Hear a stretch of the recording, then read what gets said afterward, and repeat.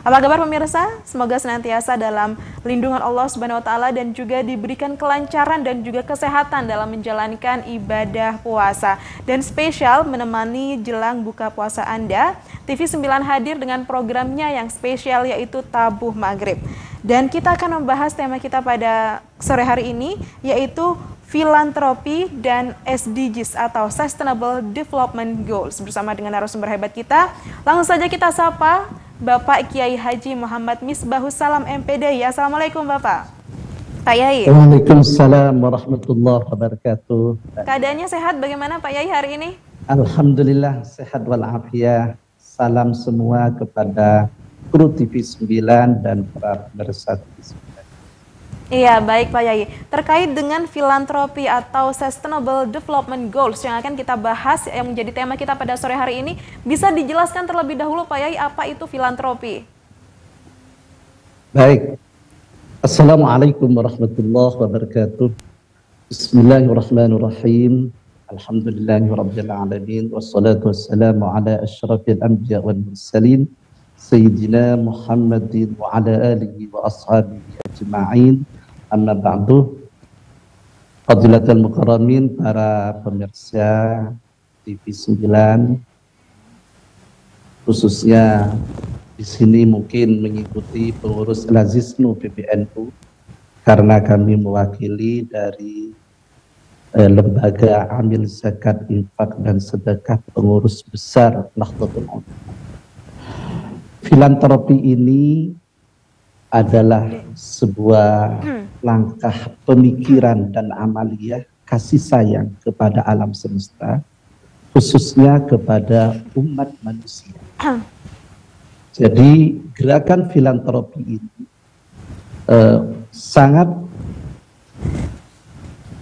dekat korelasinya, sangat berhubungan dengan Sustainable Development Goals atau pembangunan berkelanjutan. Karena dengan gerakan filantropi, maka kita bisa melakukan langkah-langkah pembangunan kepada umat manusia khususnya, maupun kepada alam semesta. Karena di dalam SDGs itu ada 17 tujuan. Dan di sini kami konsentrasi kepada kampung karena begitu luasnya tujuan SDGs itu, sehingga bagaimana gerakan filantropi ini satu bisa bergerak kepada anti kemiskinan. Dalam arti kita harus berupaya Lazisnu ini dan semua elemen masyarakat harus bahu-membahu bagaimana menurunkan angka kemiskinan di tengah-tengah masyarakat. Yang kedua, bagaimana bisa menciptakan ketahanan pangan. Jadi jangan sampai di lingkungan kita ada orang yang kelaparan. Maka perlu langkah-langkah konkret dengan gerakan filantropi bagaimana kita bisa menciptakan ketahanan pangan di tengah-tengah masyarakat. Kemudian yang ketiga adalah bagaimana kita menciptakan masyarakat yang sehat dan sejahtera. Kemudian bagaimana kita menciptakan masyarakat yang cerdas dalam arti berpendidikan. Juga ada gerakan ramah gender, kemudian air bersih dan sanitasi, ramah lingkungan, ekonomi maju dan kreatif, non disparitas, dan bagaimana kita mengatasi perubahan iklim, membuat suasana masyarakat yang inklusif dan bisa bersinergi dengan berbagai mitra yang berkelanjutan. Itulah mungkin Mbak bagian pembahasan kita terkait dengan bagaimana filantropi dan juga bagaimana SDGs. Iya, baik. Terima kasih Pak Yai Misbah. Di sini kalau saya menangkap filantropi itu sendiri adalah kedermawanan ya, tidak harus berupa harta namun juga bisa juga berupa ide atau keterlibatan kita dalam menyumbangkan tenaga. Lalu Pak Yai, bagaimana kalau dalam konsep pandangan Islam sendiri, apa itu filantropi dalam pandangan Islam? Nah begini, di dalam hadis Nabi Muhammad SAW, Rasulullah bersabda, irhamu man fil ardi yarhamkum man fis sama. Baik. Kasihanilah makhluk-makhluk Allah yang ada di muka bumi, maka Allah akan mengasihikan. Jadi ketika kita berbuat baik, berbuat filantropi, berbuat kasih sayang, apalagi kepada masyarakat miskin, rakyat du'afa, maka Allah akan mengasihi. Dan ada lagi sebuah hadis Nabi Muhammad sallallahu alaihi wasallam. Rasulullah bersabda, "Ibghuni fi du'afaikum, fa innama tunsarun wa turzaqun wa turhamuna bi du'afaikum." Kata Rasulullah, cari orang-orang lemah, cari orang-orang miskin, cari anak-anak yatim yang perlu bantuan kita. Fa innama tunsarun wa turzaqun wa turhamun. Sesungguhnya pertolongan Allah kepada kamu, rezeki Allah kepada kamu sekalian, kasih sayang Allah kepada kamu sekalian, bitu afaikum, karena masih ada orang yang mengasihi pada kaum-kaum. Jadi implikasi filantropi itu luar biasa kepada umat manusia, kepada alam semesta. Disitulah perlunya gerakan filantropi di tengah-tengah masyarakat, terutama melalui lembaga amil zakat, sehingga bisa berbuat sesuatu membantu umat manusia, terutama kalangan du'afa. Iya, baik, sesuai dengan ajaran Islam ada banyak sekali implementasi daripada filantropi ini. Apa saja Pak Yai? Nah, begini, saya sampaikan tadi. Pertama, tentang anti kemiskinan. Karena SDGs ini tujuannya, SDGs ini perlu diketahui, kesepakatan perserikatan bangsa-bangsa.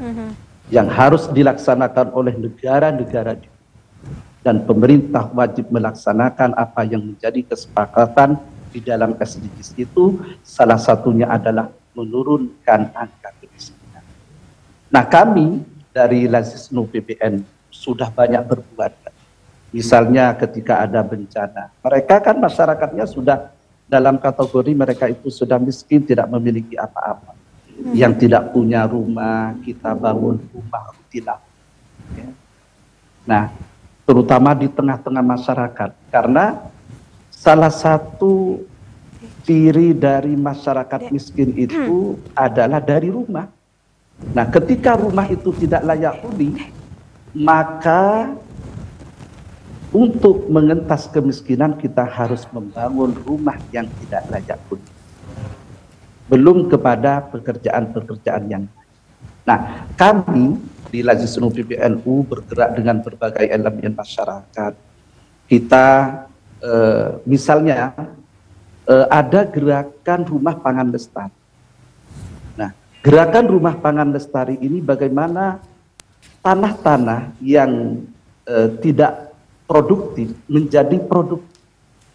Bisa di samping rumah, di belakang rumah, bahkan di depan rumah, bagaimana kita didik masyarakat itu menjadi tanah-tanah yang produktif, ditanami dengan sayuran, dengan buah-buahan, ditanami juga ada bunga-bunga yang bisa dijual, bagaimana bisa menunjang ekonomi masyarakat.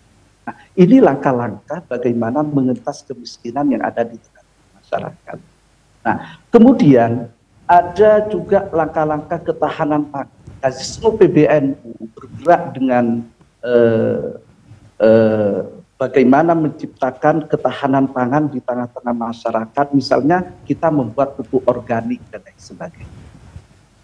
Nah, kemudian yang ketiga, bagaimana daerah itu, masyarakat menjadi sehat dan sejahtera. Ini menjadi konsentrasi dari gerakan filantropi dan SDGs. Nah, terutama tentang pendidikan.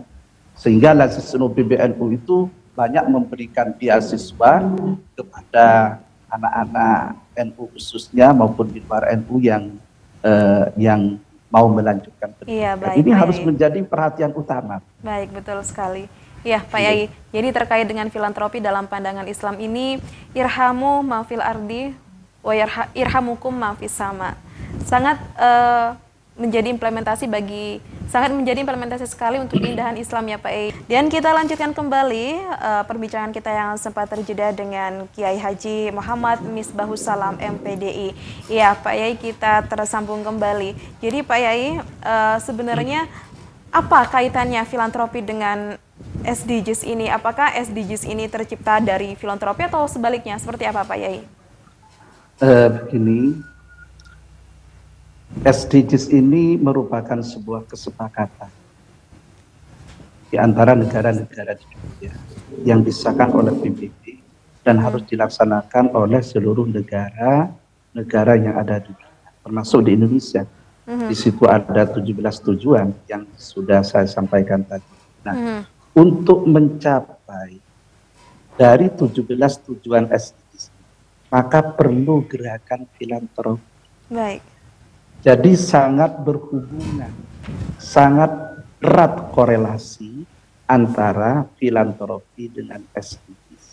Misalnya begini, salah satu tujuan dari SDGs itu adalah bagaimana membuat suasana masyarakat yang ramah gender, ramah kepada perempuan.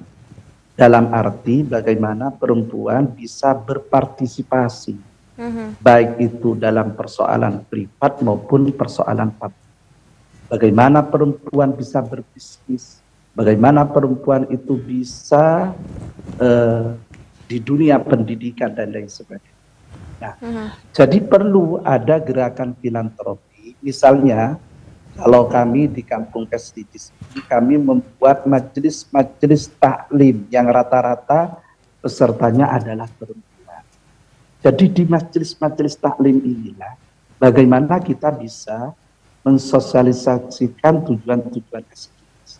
Bagaimana menjadi seorang muslimah yang baik, bagaimana menjadi seorang muslimah yang dapat berpartisipasi di dalam pembangunan bangsa dan negara. Baik. Nah, disitulah perlu sentuhan filantropi karena masih banyak masyarakat yang menganggap seorang perempuan itu tugasnya ya hanya maca, mana, masak. Nah, dengan gerakan filantropi dan dengan tujuan-tujuan SDGs yang memang kita perlu bangun di tengah-tengah masyarakat, bagaimana perempuan bisa berpartisipasi aktif di dalam pembangunan masyarakat. Iya. Kemudian tentang lingkungan misalnya, Lazisnu PBNU ini memiliki program namanya Green Pesantren dan Green Lingkungan. Nah, ini sangat erat hubungannya dengan perubahan iklim. Nah, kami bersama pengurus Lazisnu sudah keliling di beberapa pesantren se-Jawa, ya, mulai dari DKI, Jawa Tengah, kemudian Jawa Timur. Kami membentuk semacam program yang namanya program Green Pesantren. Misalnya, bagaimana pesantren itu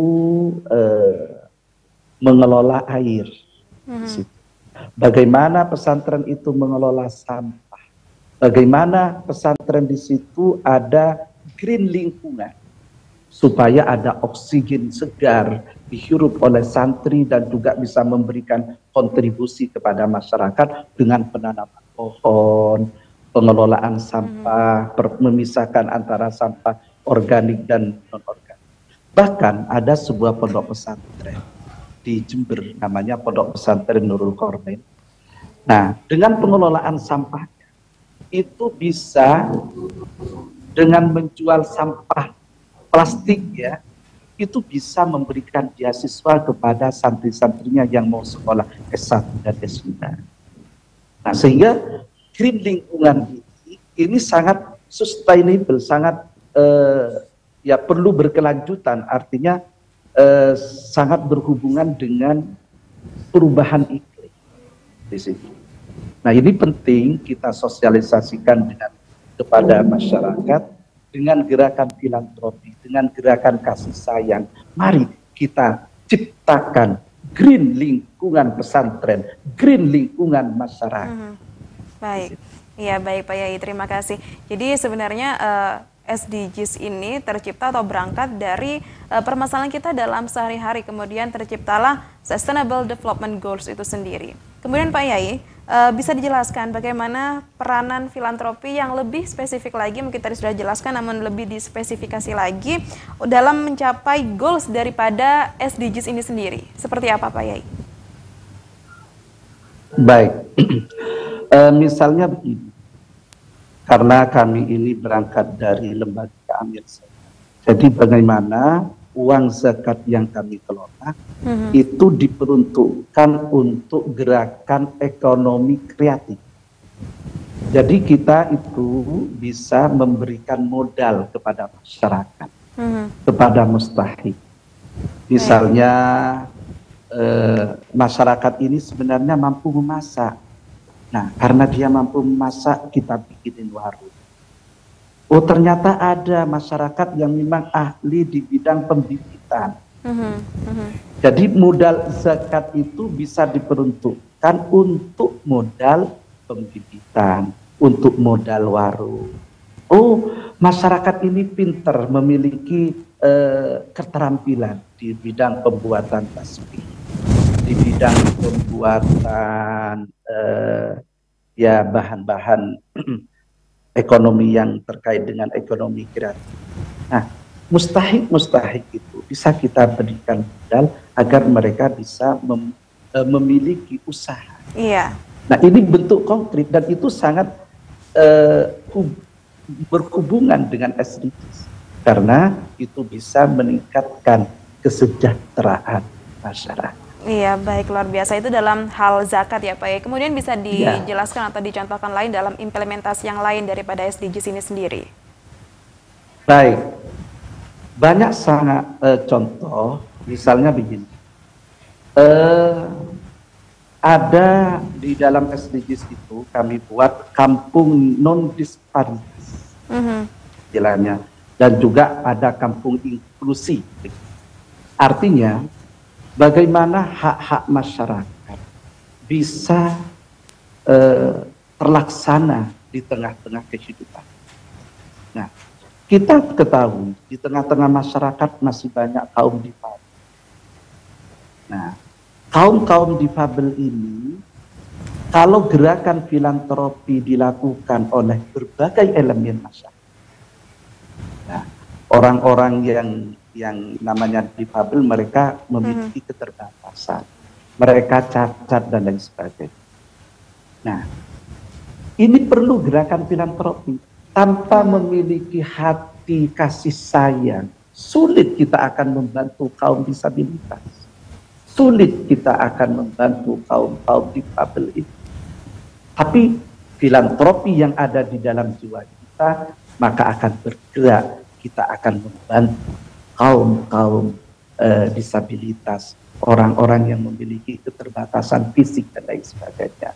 Nah, itu merupakan salah satu dari langkah-langkah membuat kampung inklusi atau masyarakat yang inklusif.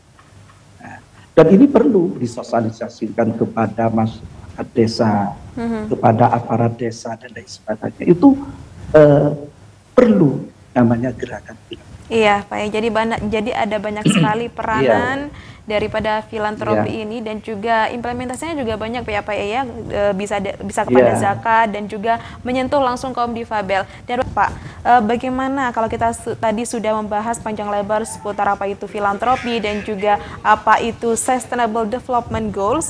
Nah, bagaimana kendala atau tantangan yang dihadapi dalam menjalankan SDGs ini, Pak Yai? Baik, kita ini harus bisa memberikan motivasi kepada masyarakat. Makanya ketika PBNU membuat mutu merawat jagat dan membangun bangsa, ini luar biasa, mutu yang sangat luar biasa, yang menurut kami adalah mutu yang sangat identik dengan tujuan SDGs. Nah, kita tahu di dalam Al-Qur'anul Karim ada firman Allah, wa ansha'akum minal ardi wasta'martum. Manusia ini diciptakan oleh Allah dari tanah. Dan Allah meminta wa ansya'akum minal ardi wastakmarakum fiha. Allah meminta kepada kita agar kita bisa memakmurkan kepada bumi yang ada. Nah, kata-kata memakmurkan ini sebenarnya kata yang SDGs, ya. Yang di situ juga harus ada gerakan filantropi. Jadi kata-kata memakmurkan itu bukan mau membuat kerusakan, bukan mau membuat kemafsadatan kita. Baik. Tapi bagaimana bisa menciptakan kemaslahatan kita. Nah, ini tantangannya luar biasa ya. Kalau berbicara tentang tantangan, maka untuk menghadapi tantangan, manusia harus didoktrin dengan pemikiran bagaimana bisa memakmurkan bumi itu. Iya, apa saja Pak Yai? Nah, salah satu tantangannya adalah satu, masih banyak masyarakat yang belum tahu tentang SDGs. Bahkan tidak hanya masyarakat umum, di kalangan pemerintah, di kalangan pegawai negeri, di kalangan DPR pun masih belum banyak mengetahui tentang apa itu SDGs. Ini salah satu tantangannya. Karena kami bertemu langsung. Jadi karena mereka itu masih belum tahu kepada SDGs, maka sangat penting ada sekolah SDGs, ya. Atau sosialisasi tentang SDGs, baik itu kepada pegawai-pegawai pemerintah, kepada amanatul ummah, kepada masyarakat secara umum. Itu perlu disosialisasikan apa itu SDGs. Iya. Nah, karena tantangannya ketika kami mulai tahun 2018 sampai saat ini, kami terus bergerak bersama perguruan tinggi dan bersama mahasiswa, bersama tokoh-tokoh masyarakat untuk mensosialisasikan SDGs ini, ternyata masih banyak pihak-pihak yang belum tahu tentang SDGs. Iya. Maka ini merupakan tantangan yang pertama. Tantangan yang kedua, masih banyak program-program pemerintah yang masih belum berpihak kepada SDGs. Nah, APBN, APBD, dan lain sebagainya, itu perlu ada semacam sosialisasi bagaimana keberpihakan APBN, APBD itu kepada tujuan-tujuan.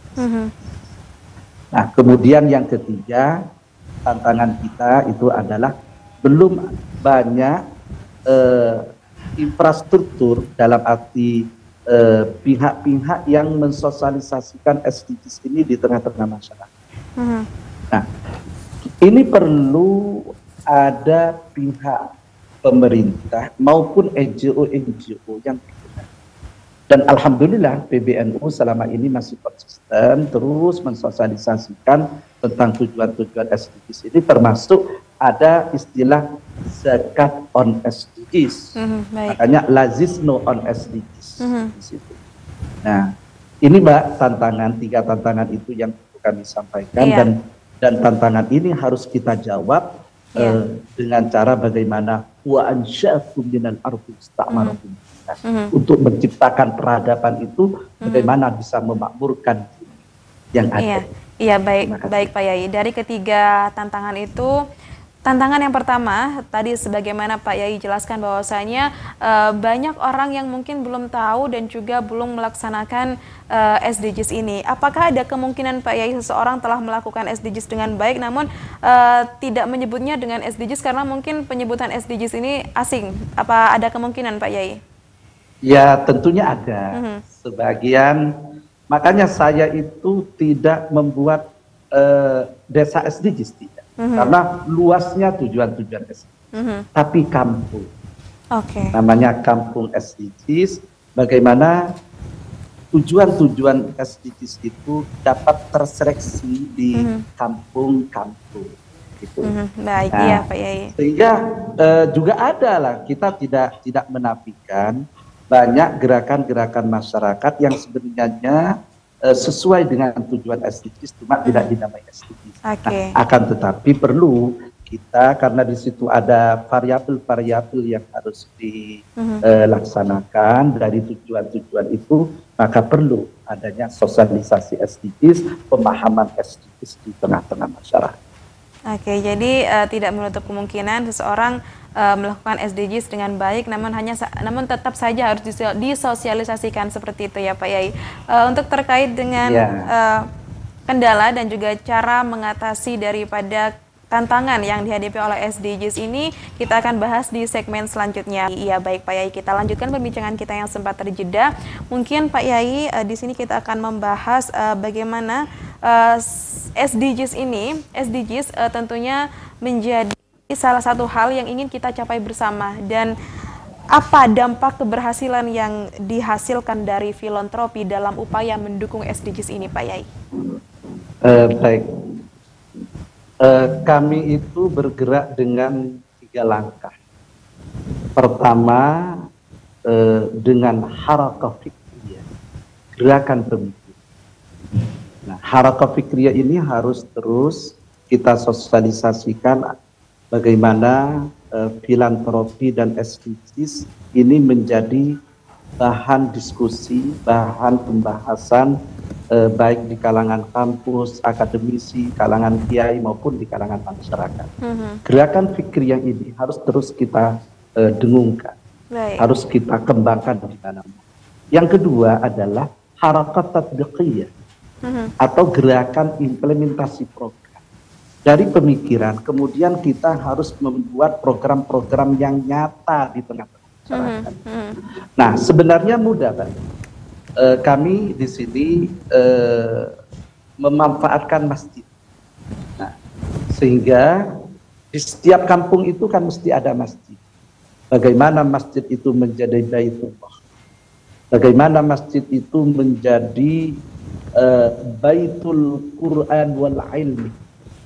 Jadi tempat dirasatil Quran, tempat qiraatil Quran, dan tempat keilmuan. Nah, ini bisa untuk mencapai tujuan-tujuan SDGs. Kemudian bagaimana masjid di situ menjadi baitul mu'anah, tempat human relation, tempat diskusi tentang persoalan-persoalan kehidupan masyarakat. Bisa tentang ekonomi. Dan ini yang dipraktekkan oleh Rasulullah SAW. Jadi masjid itu tidak ansih sebagai tempat ibadah, tapi masjid bagaimana memiliki fungsi sebagai baitul mu'amalah. Baik. Nah, ini perlu kita kembangkan di tengah-tengah kampung muslim khususnya. Kalau non muslim monggo pakai gereja, pakai apa terserah. Yang terpenting bagaimana tujuan SDGs itu bisa tercapai di lingkungan tersebut. Nah, kemudian yang ketiga itu harakah istiqraiyah namanya.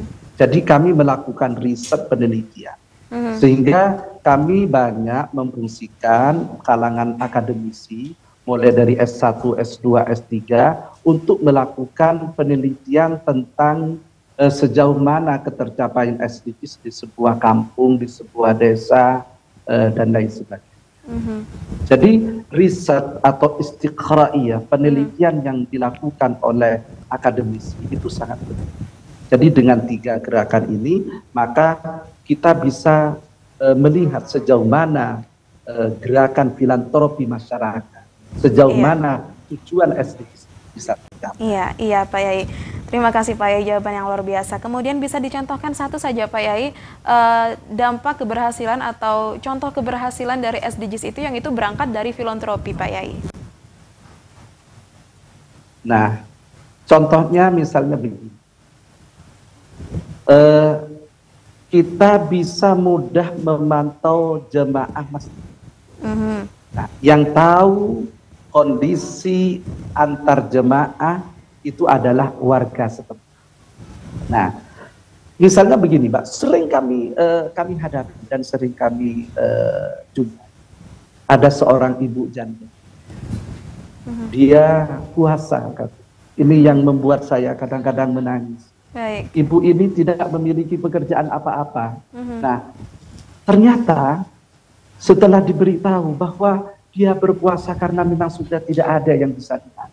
Dia tidak punya beras, dia tidak punya lauk pauk, Mbak. Nah, maka dengan gerakan ini tadi, bagaimana gerakan kampung SDGs ini sehingga antar satu dengan yang lain bisa membantu, dan syukur-syukur kalau di masjid itu ada UPSIS, unit pengumpul zakat infak sedekah, di mana kita bisa memanfaatkan zakat infak sedekah masyarakat untuk membantu mereka. Iya, baik. Itu konkret. Konkret. Iya, iya Pak Yai, terima kasih. Belum yang sakit dan lain sebagainya, jadi mudah. Nah, kalau ini kita organisir dengan misalnya mengaktifkan anak ranting NU, betul. Nah, karena NU ini strukturnya sampai kepada tingkat anak ranting. Betul. Mengaktifkan kepengurusan anak ranting NU yang berbasis masjid, mengaktifkan muslimat, mengaktifkan fatayat, mengaktifkan IPO dan IPPNU, GP Ansor, seluruh badan otonom itu tidak hanya di tingkat level pusat, level provinsi, tapi harus sampai kepada level anak ranting. Insya Allah persoalan masyarakat akan bisa. Terima kasih Pak Yai. Makanya ada semboyan, selama di Indonesia masih itu ada NU, maka NKRI insya Allah akan tetap tegak. Iya, NU luar biasa ya Pak Yai ya. Iya, jadi ada banyak sekali elemen-elemen yang membutuhkan sentuhan daripada gerakan filantropi itu sendiri. Dan iya Pak Yai, kalau saya sebutkan bahwa filantropi ini adalah sebuah gerakan kedermawanan yang berangkat dari hati nurani kita ya Pak Yai, begitu ya. Jadi bagaimana sebenarnya Pak Yai agar kita ini menjadi bagian dari perhimpunan filantropi itu sendiri? Nah, baik, gerakan filantropi itu harus muncul dari hati. Betul. Satu, harus memiliki pemahaman lewat ilmu, pengetahuan, lewat pemikiran, dan juga harus dengan tatbiqiyah, dengan implementasi program. Saya tertarik ketika Wakil Rais Am PBN, Kiai Haji Afifuddin Muhajir, di bulan Ramadan ini menghimbau kepada masyarakat agar bisa membeli ke tempat-tempat atau warung-warung atau penjual-penjual yang sepi. Nah, artinya kepada pedagang-pedagang kaki lima, siapa tahu kita membeli barang-barangnya, makanannya kepada di warung-warung kaki lima itu, terutama di pinggir-pinggir jalan, terutama yang tidak laris lah ya, yang tidak laris ya. Ini perlu, itu gerakan bagian dari gerakan filantropi. Wakil Rais Am PBNU Kiai Haji Afifuddin Muhajir menganjurkan kita membeli kepada warung-warung kaki lima. Siapa tahu mereka memang sangat membutuhkan uang untuk kehidupannya, untuk anaknya dan untuk keluarganya. Nah, oleh karena itu kita ini mari himbau kepada masyarakat di bulan Ramadan itu yang biasanya membeli di mal-mal, membeli di Indomaret, Alfamaret ya. Mari di bulan Ramadan ini belilah warung-warung masyarakat kecil yang ada di pinggir-pinggir jalan yang di kaki lima ini. Ini adalah amalia filantropi yang konkret. Baik. Nah, salah satu bentuk dari gerakan filantropi ini bagaimana kita bisa memberdayakan masyarakat dengan cara membeli makanan-makanan atau barang-barang masyarakat yang sepi. Ini luar biasa menurut saya, dan itu akan membantu terhadap peredaran ekonomi. Sehingga apa, Mbak? Islam ini sangat menentang kepada likaila yakuna tulatan bainal aghniya'i minkum. Jangan sampai ekonomi itu hanya beredar kepada orang-orang kaya. Uang itu jangan sampai hanya beredar kepada orang-orang kaya. Mari dengan zakat infak sedekah, dengan gerakan filantropi kita tasarrufkan ekonomi uang ini kepada masyarakat secara baik. Iya, jadi tidak ada cara khusus agar menjadi bagian dari filantropi ini sendiri, karena memang kita dalam kehidupan sehari-hari bisa berbuat filantropi ini dengan semaksimal mungkin, begitu ya Pak ya. Kemudian bagaimana cara agar menumbuhkan kesadaran filantropi dalam masing-masing individu Pak Yai? Nah, pertama, kita harus memiliki wa'yuddin, kesadaran beragama. Yang kedua adalah wa'yul ilmi, kesadaran di dalam berilmu pengetahuan. Nah, dua kesadaran ini harus digabungkan di dalam pemikiran dan hati kita. Nah, sadar di dalam mengamalkan ajaran-ajaran agama, sadar di dalam menambah ilmu pengetahuan, supaya karena apa? Al-ilmu imamul amal wal amalu tabi. Ilmu itu adalah imamnya segala perbuatan, dan perbuatan itu akan ikut kepada ilmu pengetahuan. Jadi untuk menumbuhkan filantropi di dalam jiwa kita, maka kita harus sadar di dalam beragama, sadar di dalam berilmu pengetahuan. Iya, terima kasih Pak Yai. Jadi filantropi ini erat kaitannya atau erat hubungannya dengan kemanusiaan ya Pak Yai ya. Kemudian di bulan suci Ramadan ini, apa yang bisa kita upayakan dalam memaksimalkan perbuatan atau gerakan filantropi Pak Yai?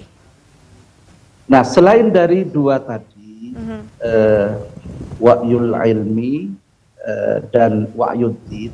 Nah, wa'yuddin ini Mbak, satu, sadar di dalam mengamalkan ajaran-ajaran. Yang kedua, sadar di dalam memperjuangkan ajaran-ajaran. Nah, bentuknya ada, bentuk konkretnya, seseorang ini harus bisa betul-betul mengamalkan ajaran agama, itu harus dengan praktek sehari-hari.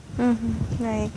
Jadi, karena begini, al-ilmu bila amalin kasyajari bila tabari. Ilmu itu kalau tanpa diamalkan seperti pohon tanpa buah.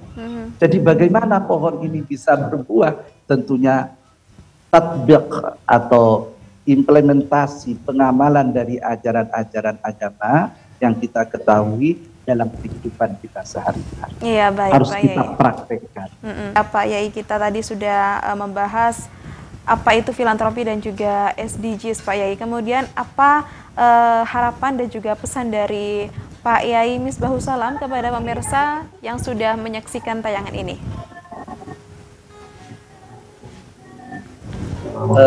Terima kasih. Tema filantropi dan SDGs ini, mari kita niati untuk syiar Islam. Nah, kita tahu bahwa kalau kita ini betul-betul mensyiarkan Islam, maka pemahaman Islam yang kita pahami ini adalah betul-betul Islam rahmatan lil alamin. Baik. Islam yang sejuk, Islam yang memberikan manfaat kepada umat. Kita tidak masuk di dalam kategori kelompok radikal, kelompok ekstrim. Nah, tapi bagaimana kita betul-betul menjalankan ajaran Islam yang diajarkan oleh Rasulullah, yang diajarkan oleh para sahabat, yang diajarkan oleh para ulama-ulama salaf, khususnya para muassis Jam'iyah Nahdlatul Ulama. Baik. Jadi Islam yang kita kembangkan di tengah-tengah masyarakat ini adalah Islam rahmatan lil alamin, bukan Islam yang suka ngebom, bukan Islam yang suka mencaci maki, tapi bagaimana Islam yang dapat membangun peradaban, membangun kehidupan masyarakat. Ini yang sangat penting kita ketahui bersama, karena Nahdlatul Ulama ini didirikan dalam rangka memperjuangkan dan mempertahankan ajaran Islam Ahlus Sunnah wal Jamaah. Ya, baik. Terima kasih banyak Pak Yai. Dan demikian pemirsa perbincangan kita pada sore hari ini terkait apa itu filantropi dan juga Sustainable Development Goals atau yang kita kenal dengan sebutan SDGs. Terima kasih kepada narasumber hebat kita Bapak Kiai Haji Muhammad Misbahus Salam MPDI atas waktu dan juga kesediaannya. Dan bagi pemirsa kami ingatkan sekali lagi, bagi Anda yang mungkin memiliki acara, ingin buka bersama, ingin buka puasa bersama dengan teman kantor, dengan pasangan halal ya tentunya, dengan sahabat dan juga dengan teman-teman Anda bisa berbuka puasa di Taman Dayu Golf Club and Resort, karena di sana menyuguhkan paket buka bersama Kampung DGS dengan harga Rp150.000 saja per paksnya. Di sana Anda akan disuguhkan dengan menu dari Kampung SDGs ini all you can eat. Dan juga pemirsa, kami ingatkan juga bagi Anda yang mungkin menyelenggarakan event buka puasa bersama yang mungkin dihadiri oleh tausiah dari para kiai atau tokoh agama dan ingin diliput oleh tim kami, tim TV 9 Nusantara, Anda bisa menghubungi nomor 0821 3174 4321. Dan terima kasih atas kebersamaannya. Saya Nata Sofa pamit undur diri. Wallahul muwaffiq ila aqwamit thoriq. Wassalamualaikum warahmatullahi wabarakatuh.